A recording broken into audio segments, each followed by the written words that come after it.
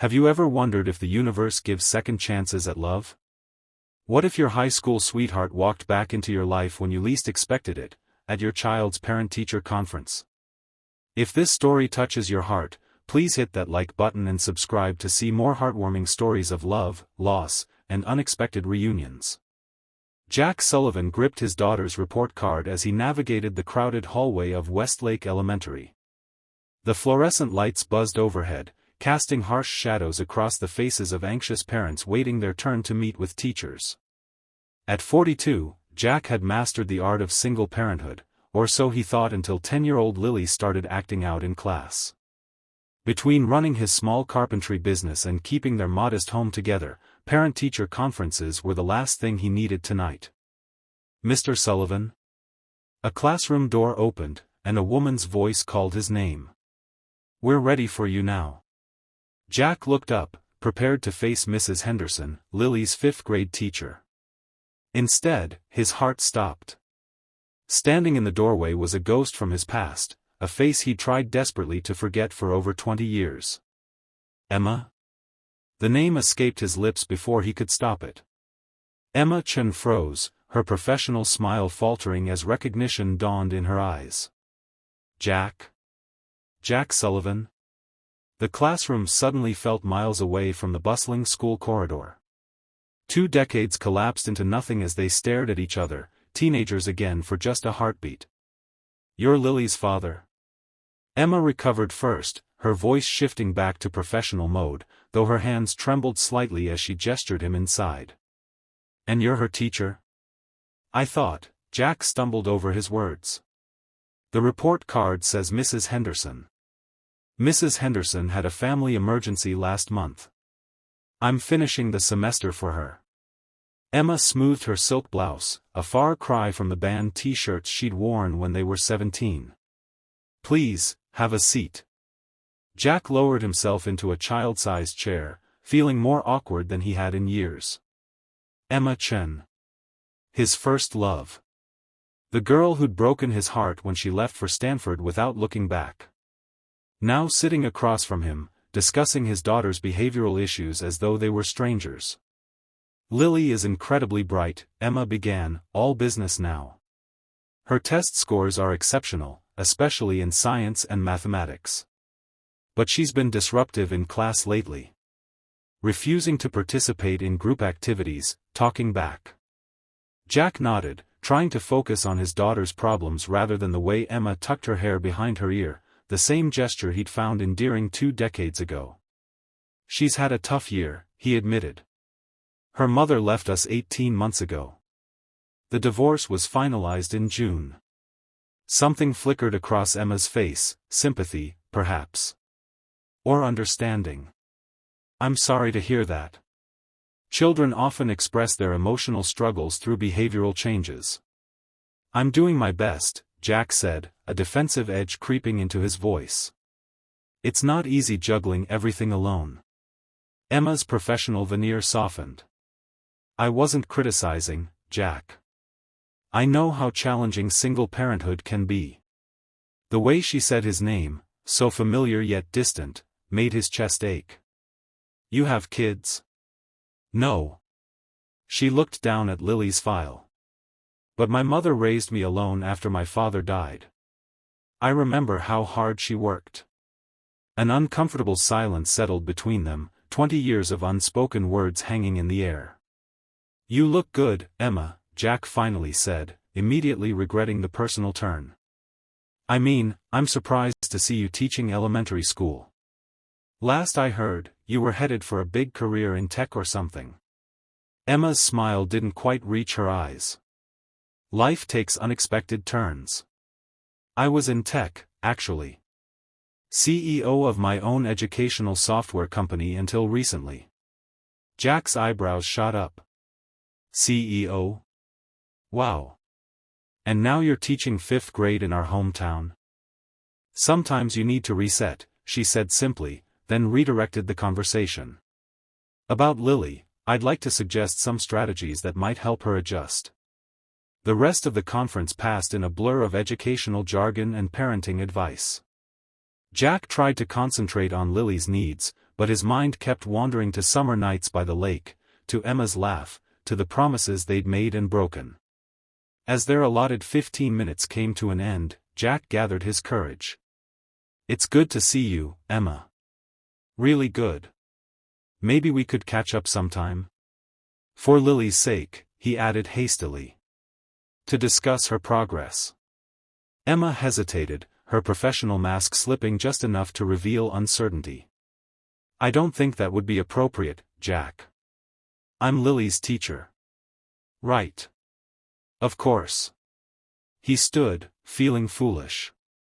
"Thanks for your time, Miss Chen." "It's still Emma," she said softly as he reached the door. "And Jack? Lily talks about you all the time. She says you're her hero." Jack swallowed hard, nodded, and stepped back into the hallway, his mind reeling from the encounter. Emma Chen closed her apartment door and kicked off her sensible heels with a sigh of relief. Parent-teacher night always drained her, but seeing Jack Sullivan had left her emotionally exhausted. She poured herself a glass of wine and sank onto her couch, staring at the minimalist decor that reflected nothing of her inner turmoil.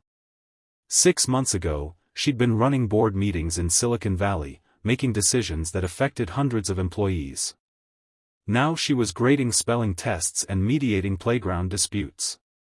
The spectacular implosion of her company, and her engagement, had sent her fleeing back to Westlake, the small town she'd once been so desperate to escape. Emma pulled out her phone and hesitated before typing Jack's name into a search engine. His carpentry business website appeared, showcasing beautiful handcrafted furniture. The About page featured a photo of Jack in his workshop, looking ruggedly handsome with flecks of gray at his temples. Beside him stood a girl with his smile and curious eyes, Lily. "What are you doing, Emma?" she muttered to herself, closing the browser. Getting involved with a parent, especially this parent, would be professional suicide. She'd come home to rebuild her life, not complicate it further. Yet as she prepared for bed, memories of Jack kept surfacing. Their first kiss behind the bleachers. Study sessions that turned into stargazing. The devastated look on his face when she told him she was leaving and not looking back. She'd been so certain then that bigger things awaited her beyond Westlake's borders. And for a while, she'd been right. Until everything fell apart. "Dad, why are you making Miss Chen a bookshelf?" Lily asked, perched on a stool in Jack's workshop the following Saturday. Jack carefully sanded the edge of a cherry wood shelf. "Because her classroom needs more storage, Lil. And because it's a nice thing to do." "Is it because she's pretty?" Lily's question was innocent, but it made Jack's ears burn. "It's because she's your teacher and she's helping you," he replied, focusing intently on his work. "And because I had some extra wood from the Petersons' project." The truth was more complicated. Jack hadn't been able to stop thinking about Emma since the parent-teacher conference 3 weeks ago. He'd noticed the cramped bookshelves in her classroom and seized on the excuse to see her again. "I like Ms. Chen," Lily said, swinging her legs. "She doesn't treat me like I'm stupid when I get mad." Jack paused his sanding. "Do other adults make you feel stupid when you're upset?" Lily shrugged, suddenly interested in a wood shaving. "Mom does sometimes. She says I'm being dramatic like you." The casual comment stung. Melissa had always criticized his emotional nature, calling him too sensitive during their marriage and too stubborn during their divorce. "There's nothing wrong with having feelings, Lil," Jack said carefully. "Ms. Chen is right not to make you feel bad about them. She told us her dad died when she was little," Lily continued. "Like, even younger than me. She said it's okay to be angry sometimes when bad things happen." Jack's hands stilled. He hadn't known about Emma's father. They'd dated for nearly 2 years in high school, yet she'd never mentioned it. How much of herself had she kept hidden, even then? "Ms. Chen is pretty smart," he said finally. "She's super smart," Lily agreed enthusiastically. "She used to make computer programs and run a whole company. But she said sometimes the most important work is helping kids learn." Jack smiled at his daughter's admiration.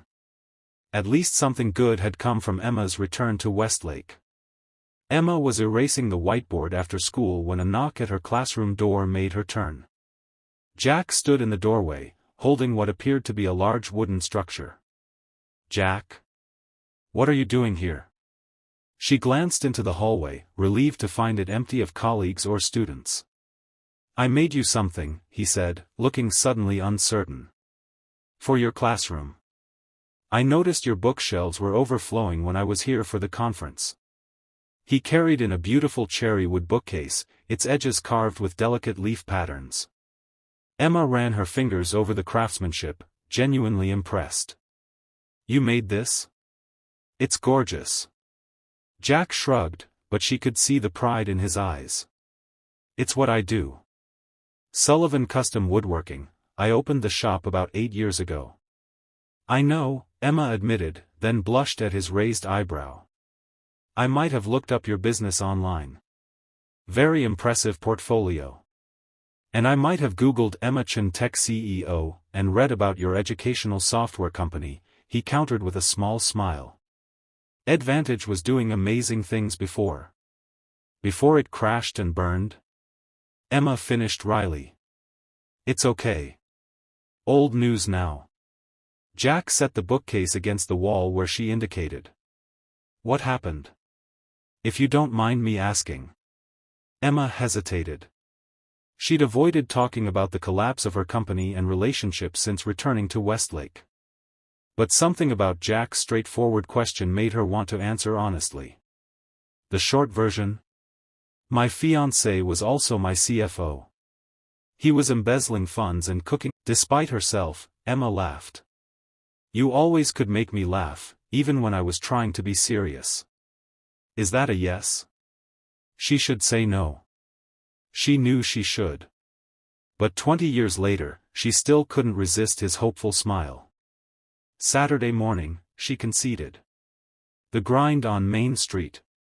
10 o'clock. Strictly to discuss Lily's educational development. Jack's grin widened.